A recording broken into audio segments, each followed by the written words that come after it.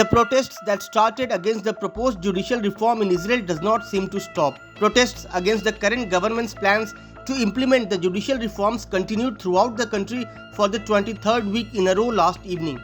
Yesterday's protests were held just days ahead of a crucial Knesset vote on the makeup of the key Judicial Selection Committee.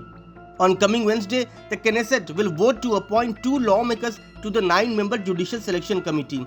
The coalition has threatened to snatch both of those spots on the panel, breaking with tradition.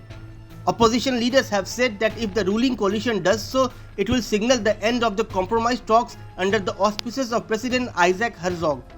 The makeup of the Judicial Selection Panel is central to the coalition's ongoing efforts to greatly increase political control over the judiciary.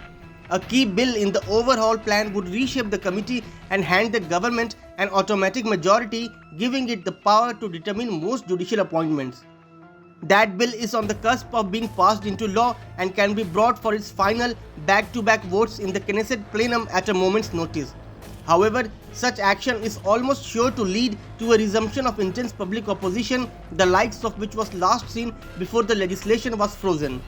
Yesterday's demonstrations come after multiple coalition lawmakers were met with protests during their visits to the United States over the past few days, causing many of them to cancel appearances and speeches.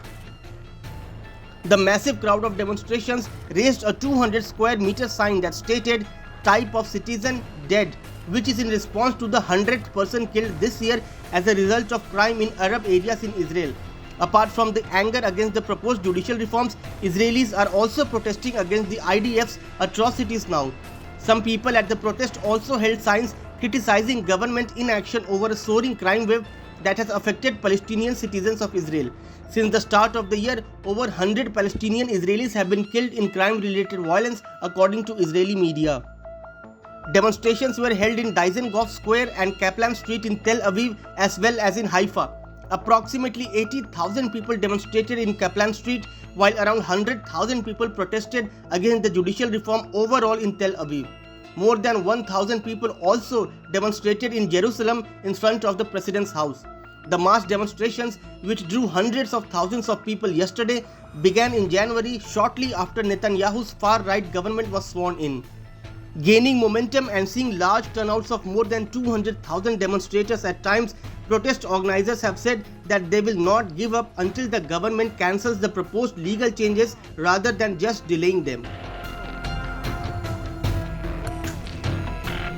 Subscribe to Oneindia channel and never miss an update.